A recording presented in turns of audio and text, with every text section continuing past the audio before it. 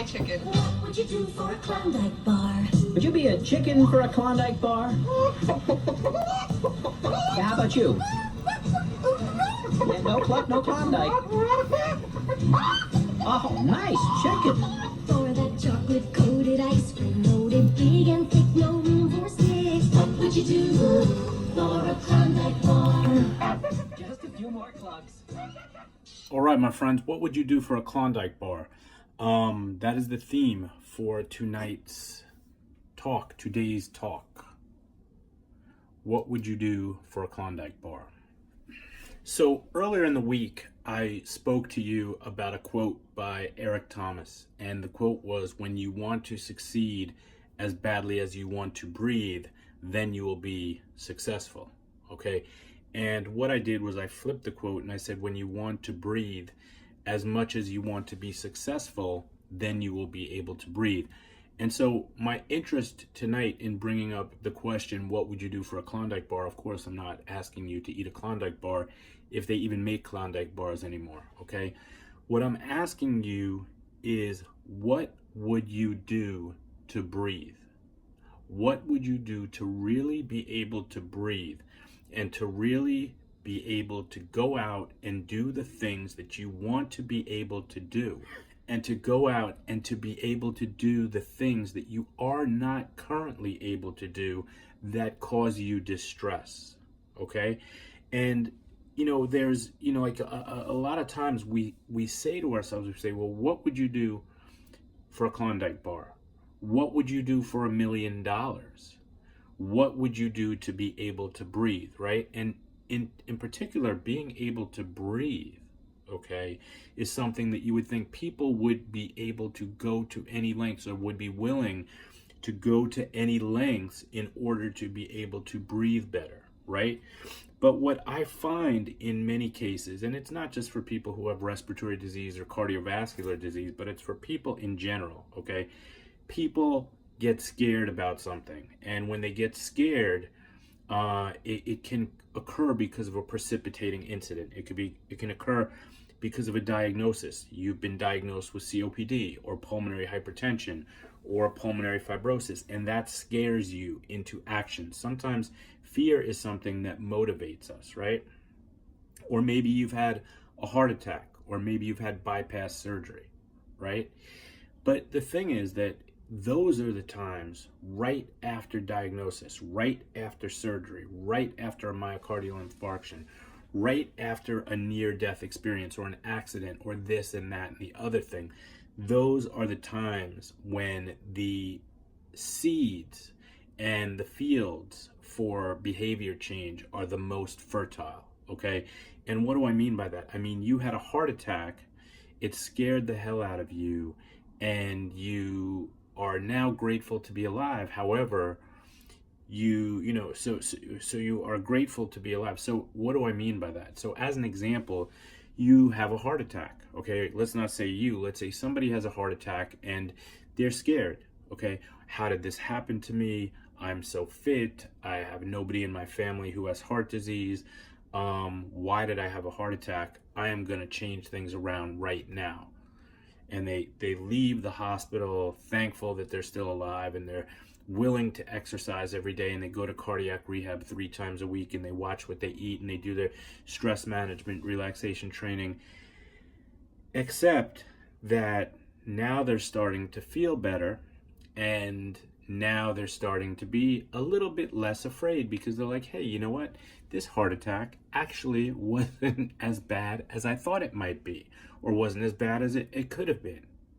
In fact, I almost enjoyed no, I'm just kidding. Nobody says they enjoyed the heart attack, but the idea is that once that threat level is gone, people become complacent. And so what I want to talk about today, as we have been talking about for several days, is the idea that you cannot become complacent. And I want you to start laying the groundwork for you to be exercising every day in the same way that you have been for the past 38 days. I want you to lay the groundwork so that you can continue to monitor and improve your diet as you have been for the past 38 days. I want you to lay the groundwork so that you can continue with the stress management relaxation training that we have been doing with you for the past 38 days. And that includes the yoga, the Tai Chi, Qigong, and Cynthia's meditations, right?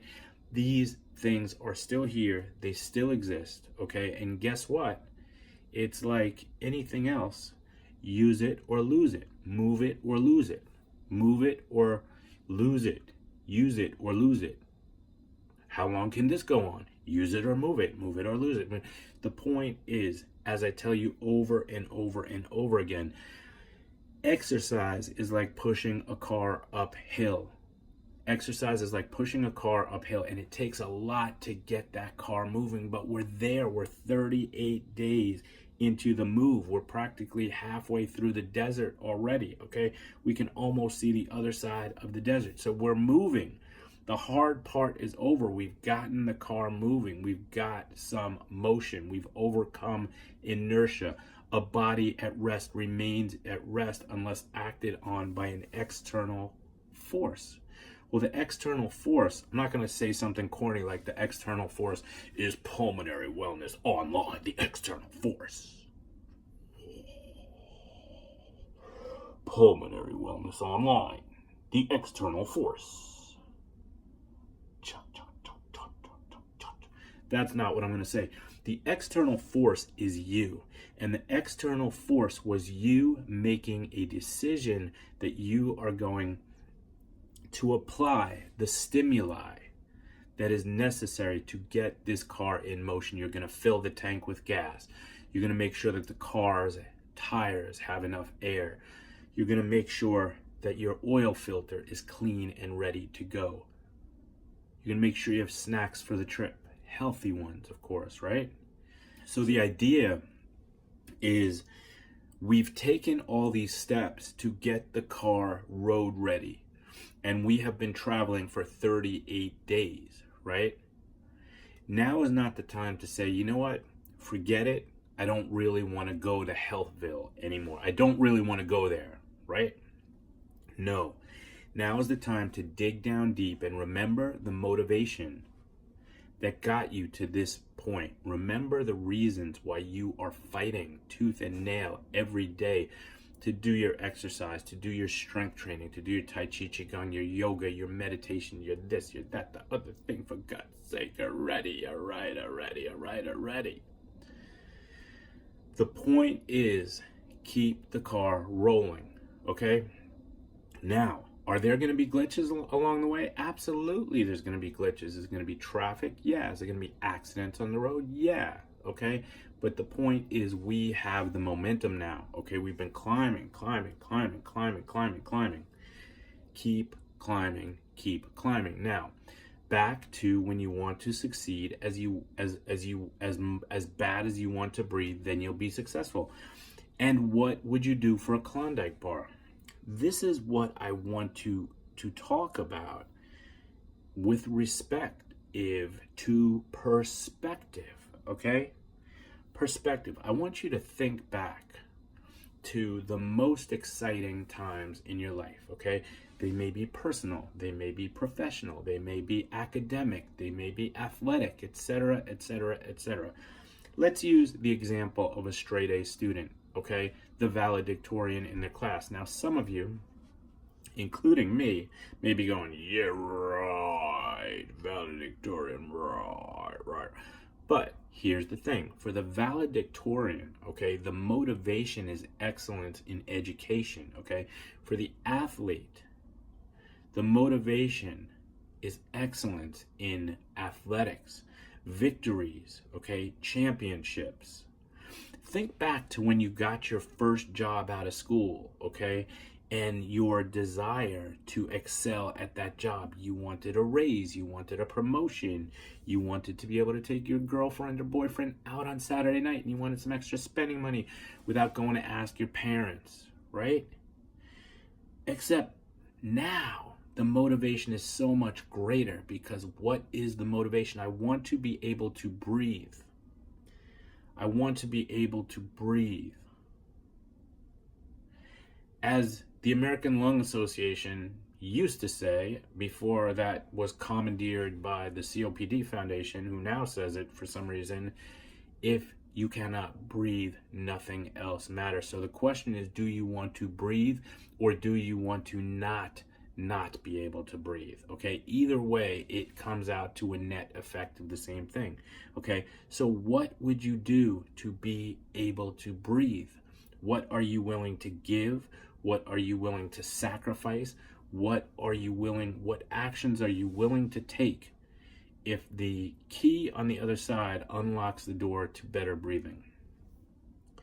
What would you do to be able to walk, right? Because walking after breathing is everything. So breathing is everything. Without breathing, there's nothing else. But once we establish the breathing, right, then walking is pretty key, because we want to move around. We want to get around, right? And if we can't walk, guess what? It limits the things that we're able to do. So I ask you again, would you cluck like a chicken? Would you get up early to work out? Would you give up your favorite food to lose the weight? Would you give up cigarette smoking? What would you do to be able to breathe? And now, what would you be able to do to be able to walk? And what if I sweeten the pot and say, guess what? Let's make a deal. You're going to get them both. You're going to be able to breathe, and you're going to be able to walk. Are you willing to do some exercise every day? Yes. Are you willing to do a walkabout every day, or arms up every day? Yes. Are you willing to participate in our breathing, balance, flexibility, and strength? Yes. Are you willing to participate in meditation and relaxation? Are you willing to help us help you try to turn off the sympathetic nervous system? Yes. And then the other keys that we haven't spoken about yet, but that are so important, and I want to speak about now, are prevention of infection. Prevention of infection. The reason I bring this up now is because I say over and over again, you could do everything right and you can still wind up with an exacerbation or an infection, okay? We come in contact, especially now as we come to flu and cold season and pneumonia season, we come in contact with so many things on a daily basis, okay? And the number one way that we pick things up is hand-to-hand combat. I say hand-to-hand contact, right? So the idea is, I'm standing on the subway car and I don't know who was on that car before me. I don't know who was holding that pole, but now I'm holding on to the pole, right? I'm holding on to that pole, and then guess what? At some point along my route, I am going to have to either scratch my eyes, itch my nose, something in my face, right?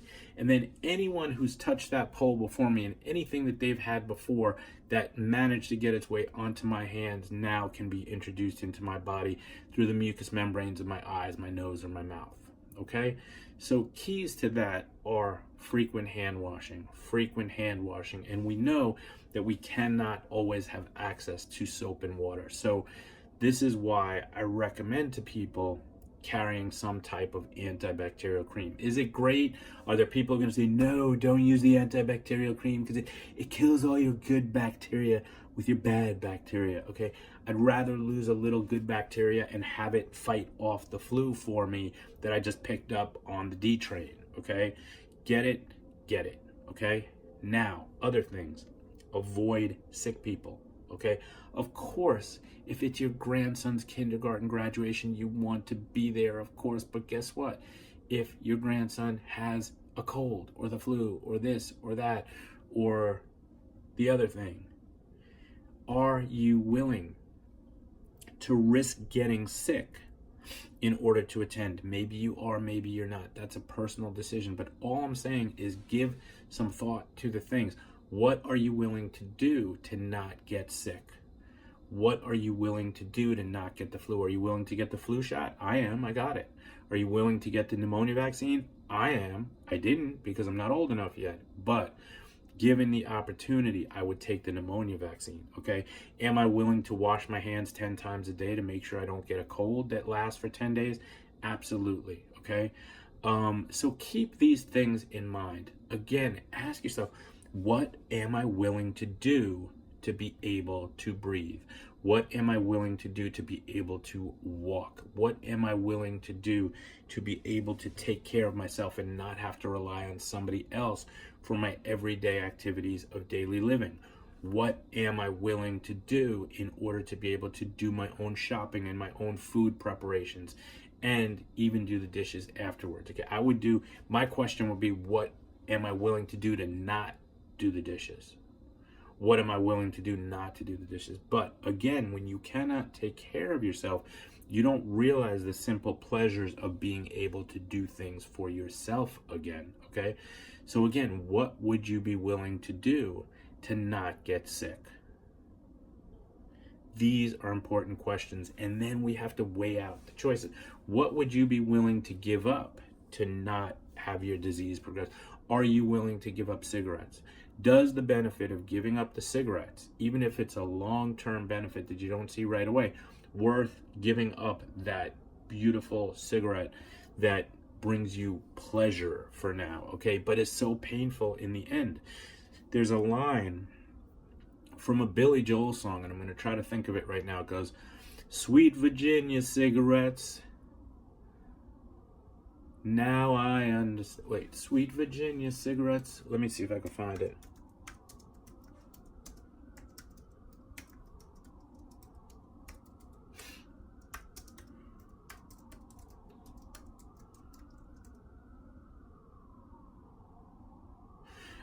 I just remembered it goes like this. Because there's a line from a Billy Joel song that goes, "Sweet Virginia cigarettes burning in my hand. Well, you used to be a friend of mine, but now I understand. You've been eating up inside me for some time. Oh, but I know that you'll catch up to me somewhere along the line. Oh." So the idea is, what are you willing to do? In other words, what are we willing to do in a positive sense? What action are we willing to take? And what are we willing to give up? So, this is a great journal opportunity. So the idea is, make a list of the 10 things that are most important to you in your life. And it may be being able to walk to the store.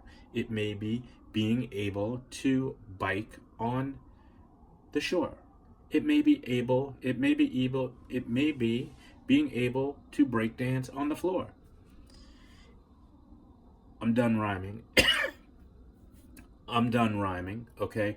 But the idea is, in order to kind of come up with this checks and balance system, this weighted system of what's important to you and how important is it to you, and then ask yourself, what are the things I need to do to accomplish this task or this goal, and what are the things that I have to give up to accomplish this goal? So what are the things that I have to do to allow myself to breathe better?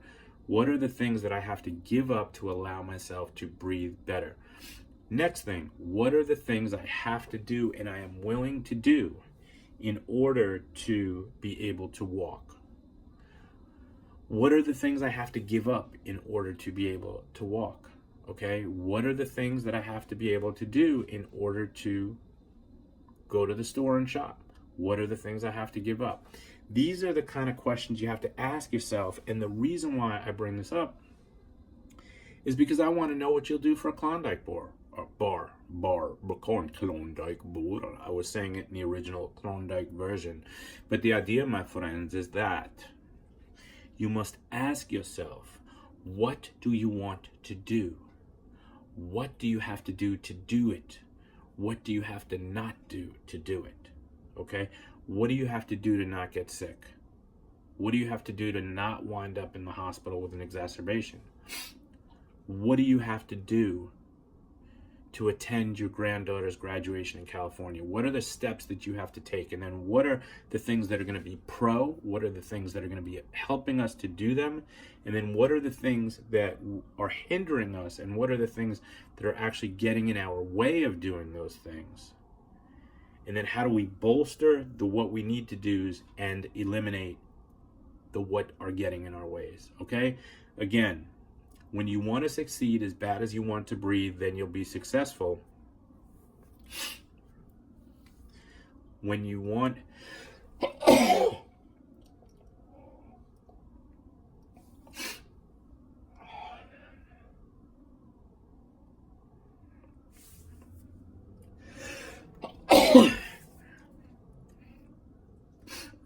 Again, when you want to succeed as badly as you want to breathe, then you'll be successful. Think back to when you wanted to be successful. Think back to when you wanted to be that ace. If you want to breathe as bad as you wanted to be successful, then you will be able to breathe. Okay? What would you be? What would you what would you do for a Klondike bar? Ask yourself that. What is your Klondike bar? What is that thing that will make you cluck like a chicken? What is your Klondike bar, and what would you do for it? And what would you give up for your Klondike bar? Have a great day, my friends. Have a great day.